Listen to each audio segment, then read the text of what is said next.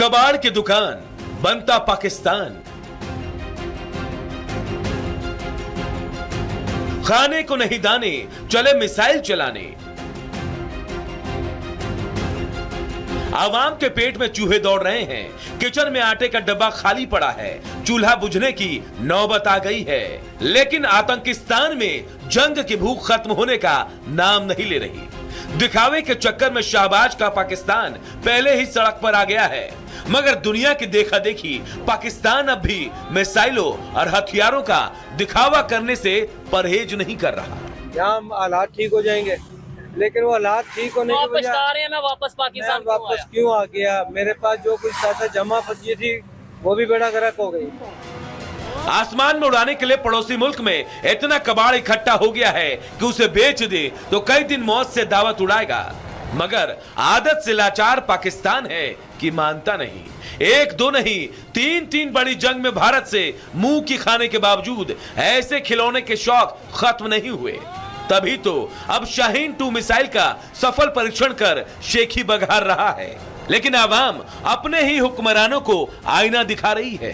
ये पाकिस्तान के मुंह पर अपनों का करारा तमाचा है, क्योंकि वो भारत से बराबरी करने की फिजूल कोशिश कर रहा है। तभी पाकिस्तान ने सतह से सतह पर मार करने वाली शाहीन 2 बैलिस्टिक मिसाइल का टेस्ट किया।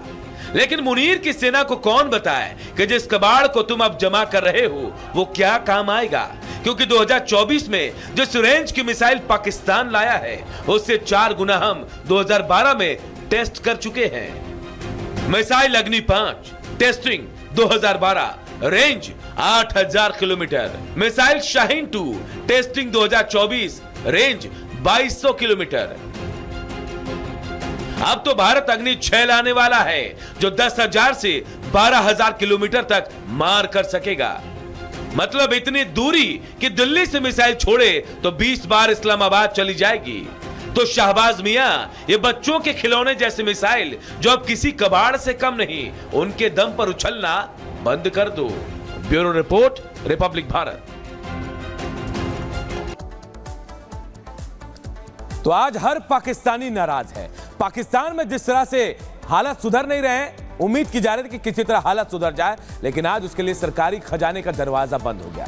सुविधाओं के नाम पर सरकारी दफ्तर बंद है, काम धंधा नहीं है। उल्टा महंगाई के चक्कर में कई दुकानों के शटर बंद हो गए हैं। यहां ताला लगाने की नौबत आ गई है। रिपोर्ट आपको दिखाते हैं।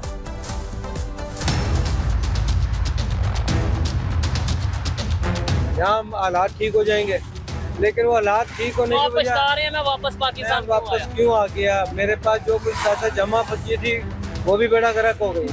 ये अफसोस है हर उस पाकिस्तानी का जो सोचता है पाकिस्तान की हालत सुधर जाएगी। ये गुस्सा है आवाम का, जिसके लिए सरकारी खजाने का दरवाजा बंद है। सुविधाओं के नाम पर सरकारी दफ्तर बंद है, काम धंधे तो है नहीं, उल्टा महंगाई के चक्कर में दुकानों के शटर बंद पड़े हैं। अब तो विदेशी कंपनियों के गेट पर ताला पड़ने की नौबत आ गई है। भगदड़ मची हुई है। ये हम नहीं, पाकिस्तान बिजनेस काउंसिल कह रहा है, संभल जाओ वरना सब बर्बाद हो जाएगा। वजह पता है? इंटरनेट। क्यों? वो भी या तो बंद है या स्लो है। फायरवॉल के थ्रू जो भी चैनल हैं सोशल मीडिया पे जो सच बोलने की कोशिश करते हैं, जो रियलिटी दिखाने की कोशिश करते हैं, उन्हें बंद किया जा रहा है, उन्हें बिल्कुल रोका जा रहा है, उनके ऊपर बंदिश लगाई जा रही है। बीबीसी ने एडवाइजरी जारी की है कि पाकिस्तान से कई मल्टीनेशनल कंपनियां अपना सामान समेट रही है। मतलब बैंक दफ्तर बंद कर दूसरे देशों में ठिकाना तलाश रही हैं और जा रही हैं दुबई। वो कैसे, उसका भी सबूत देंगे।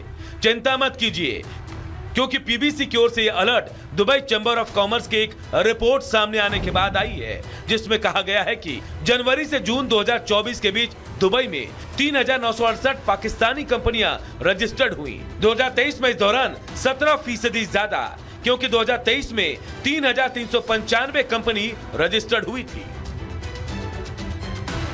यह सबूत है कि पाक में जो बची खुची कंपनियां हैं वो भी दुबई निकल लेंगी, तो शाहबाज का हाल वैसा ही होगा जैसे गरीबी में आटा गीला।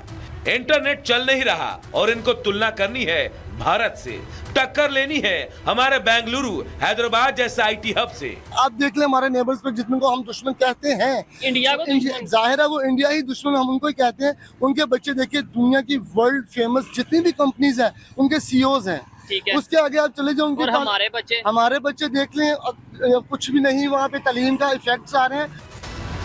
पाकिस्तान की तंगहाली के बीच ये खबर रुलाने वाली है, क्योंकि अगर इंटरनेट ऐसे ही चलता रहा तो पाक के टेक सेक्टर्स को करीब $300 मिलियन तक का नुकसान हो सकता है। यानी जो बचा खुचा पैसा है वो भी स्वाहा। इसीलिए तो कंपनियां भाग रही हैं और पाकिस्तानी सिर पीट रहे हैं। Bureau report, Republic Bharat. और अगली खबर यूपी के सीतापुर से है, जहां जिला अस्पताल से एक वीडियो वायरल हो रहा है और इस वीडियो में वार्ड बॉय और मरीज के तीमारदार के बीच जमकर मारपीट हो रही है। देखिए 1 मिनट की ये खास रिपोर्ट।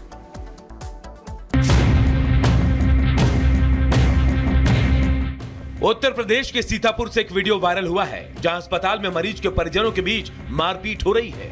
बताया जा रहा है कि अस्पताल के वार्ड में मरीज को बेड से उतारने को लेकर वार्ड बॉय और मरीज के परिजनों के बीच विवाद इतना बढ़ गया कि दोनों पक्षों में जमकर मारपीट शुरू हो गई। दरअसल वार्ड बॉय ने दूसरे मरीज के लिए बेड खाली कराने की कोशिश की, जिसे लेकर मरीज के परिजनों और वार्ड बॉय के बीच झगड़ा हुआ। महिला तीमारदार ने वार्ड बॉय पर थप्पड़ मारने का भी गंभीर आरोप लगाया है। अस्पताल में बेड की कमी है, जिसके चलते यह स्थिति हुई। अस्पताल में 213 बेड हैं, लेकिन मरीजों की संख्या 500 से ज्यादा थी, जिसकी वजह से मरीजों को बेड नहीं मिल पा रहे थे।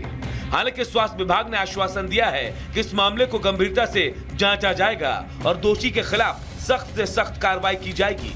Bureau report, Republic Bharat. Andhra Pradesh के अनकापल्ली के अच्युतपुरम सेज में एसेंसिया कंपनी में रिएक्टर विस्फोट हुआ, जिसमें 15 लोगों की मौत हो गई जबकि 40 लोग घायल हो गए। 1 मिनट में पूरी खबर आप सबको बताते हैं। आंध्र प्रदेश के अनकापल्ली में बड़ा हादसा हो गया। यहाँ एक फार्मा यूनिट में रिएक्टर विस्फोट हुआ, जिसमें 15 लोगों की मौत हो गई, तो वहीं हादसे में 40 लोग घायल हो गए हैं। घायलों को उपचार के लिए अनकापल्ली एनटीआर अस्पताल और स्थानीय निजी अस्पताल में भर्ती कराया गया है। घटनास्थल से सामने आई तस्वीरों में एक एम्बुलेंस को कंपनी की फैक्ट्री में जाते हुए देखा जा सकता है। फैक्ट्री के बाहर धुएं के बादल छाए हुए हैं। अनकापल्ली की पुलिस अधीक्षक ने बताया कि विस्फोट रिएक्टर साइट पर हुआ था, लेकिन रिएक्टर में नहीं, और विस्फोट का सोर्स क्या था यह भी पता नहीं चल पाया है। फैक्ट्री में 2 शिफ्टों में 381 कर्मचारी काम करते हैं। विस्फोट के समय कर्मचारियों की मौजूदगी कम थी, नहीं तो मौत का आंकड़ा और बढ़ सकता था। आंध्र प्रदेश के मुख्यमंत्री एन चंद्रबाबू नायडू ने घटना पर शोक व्यक्त किया। तेलुगु देशम पार्टी के विधायक नारा लोकेश ने कहा कि मुख्यमंत्री ने पहले ही प्रशासन को उन लोगों की जान बचाने का आदेश दे दिया है जो इस दुर्घटना में गंभीर रूप से घायल हुए हैं। उन लोगों का अस्पतालों में इलाज चल रहा है।